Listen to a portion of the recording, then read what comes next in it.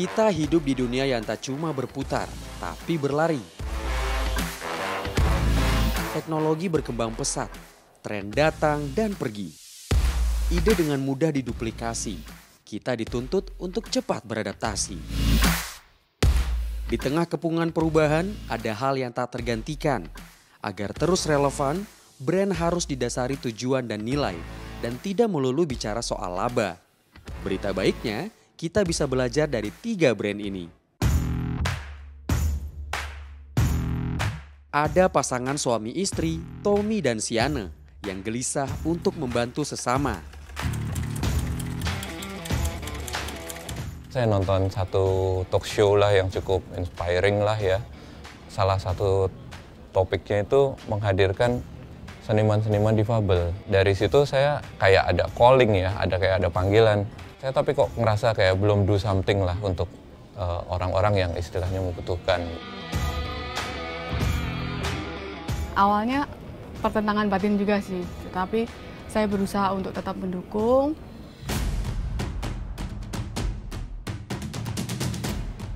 Lahirlah The Able Art. Brand ini memproduksi karya lukisan para seniman difabel untuk jadi barang-barang fashion. Kami merepro hasil lukisan mereka menjadi produk turunan seperti scarf, hijab, tote bag, sarung bantal, notebook, dan produk-produk turunan lainnya. Dari hasil penjualan repro tersebut kami sharing profit, sharing revenue ke pelukisnya. Saya lebih mengarahkan ke jenis produknya dibandingkan mengarahkan harus melukis apa. Saya menyerahkan harusnya itu kepada mereka, sesuai stylenya mereka.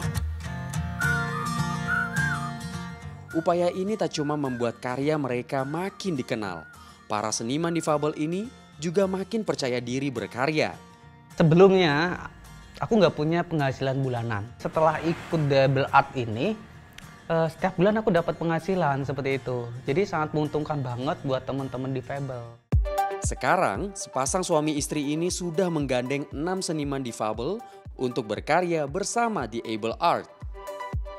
Produknya pun sudah tersebar ke berbagai provinsi dalam negeri maupun luar negeri. The Able Art mengajarkan kepada kita bahwa dalam hidup harus bisa memberi manfaat untuk orang lain. Itulah makna logo The Able Art yang terdiri dari 2 bagian, hati dan lilin. Nah, ngomongin soal lilin, ada Angela. Lewat brand Aurashanti Alchemy, dia mengajak para pebisnis lilin lainnya untuk mengurangi jejak karbon. Karena banyak candle maker di sini itu masih import produknya. Padahal di sini juga ada gitu supply-nya, cuman memang nggak well distributed atau nggak well known gitu. Jadi makanya aku lewat Tokopedia ini tuh benar-benar membantu untuk kayak, oh ternyata ada supplier wax di Indonesia. Ya, Angela mendorong para pembuat lilin untuk menggunakan produk lokal dengan bahan-bahan organik yang ramah lingkungan. Jadi dari semua barang yang kita pakai itu bisa dipakai lagi di recycle gitu. Jadi misalnya produk lilin kita yang Bali Series itu double container.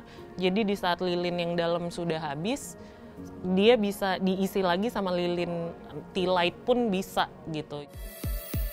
Brand Aurashanti Alchemy juga memberdayakan warga dan komunitas lokal, berbagi ilmu dan membuka peluang perempuan untuk berdaya. Aku ngambil tenaga lokal juga, which is biasanya ibu-ibu yang ada di daerahku atau daerah mamaku di Gianyar gitu. Kita hire tenaga juga lokal. Jadi secara organik kita tuh membentuk sebuah komunitas gitu. Makanya kayaknya untuk pembelajaran itu juga penting biar kita bisa bagi ilmu sama orang-orang yang sudah kita minta tolong ini. Jadi ada timbal baliknya juga. Ide pembuatan material lilin sudah sejak lama dilakukan oleh keluarga Angela. Mamaku awalnya bikin lilin satuan dan itu labor intensif, itu capek banget. Dan bikin waxnya juga sendiri juga. Jadi dia puter otak, terus dia approach aku gimana ya caranya biar mami juga tetap bisa make money without working really hard physically. Setelah melalui berbagai eksperimen, akhirnya Aura Shanti Alchemy hadir sebagai brand penyuplai material pembuatan lilin. Sebenarnya end product kita itu hanya lebih untuk menginspirasi brand-brand lain untuk bisa lihat, hey ini kalau bikin wax pakai kontainer ini dengan bunga ini caranya begini, hasilnya begini loh gitu. Jadi sebenarnya produk retailnya tuh hanya untuk menginspirasi.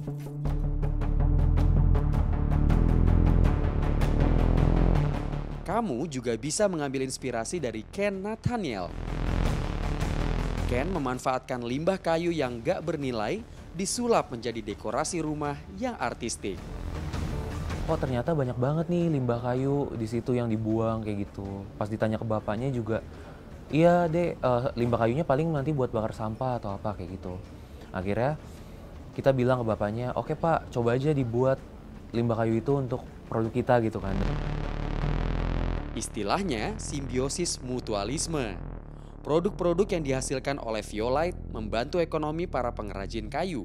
Dan waktu itu aku inget banget si bapak itu dapat 500.000. Nah terus di situ aku jelasin juga, Pak itu lumayan loh sebenarnya kalau limbah kayu dibuat buat yang macam-macam gitu meskipun kelihatannya kecil-kecil. Nah dari situ kita mulailah jualan. Mengusung konsep personalisasi, Violite mengajak konsumen melalui websitenya untuk merancang sendiri produknya. Dengan begitu, barang yang kamu pesan menjadi eksklusif. Value utama kita itu adalah si customer itu bisa mempersonalisasikan sendiri dari lampunya itu sendiri kayak gitu. Jadi misalnya pengen bentuk wajah atau ingin ucapan happy birthday atau macam-macam kayak gitu. Jadi kita ingin meningkatkan itu juga sih, identity dari orang, menunjukkan kalau ini gue banget loh dari tangible produk itu. Gak cuma lampu hias, Violite juga melebarkan bisnisnya untuk membuat produk-produk lainnya, seperti tumbler dan aneka perkakas makanan lainnya. Produk-produk Violite masih diproduksi dengan cara tradisional. Gak heran kalau produksinya masih terbatas. Nah waktu itu kan kondisinya pas awal tuh masih satu tukang kayu. Nah terus ketika berjalannya waktu itu terus nambah tuh karena namanya handmade itu kan ada limitasi kan. Tapi di satu sisi kita sebagai bisnis kita nggak bisa melimitasi itu. Kita nggak bisa sengaja ya abis handmade sih. Tapi keterbatasan membuat Ken jeli melihat peluang. Memanfaatkan media digital seperti sosial media dan website, produk Violite sudah dikirim ke berbagai kota.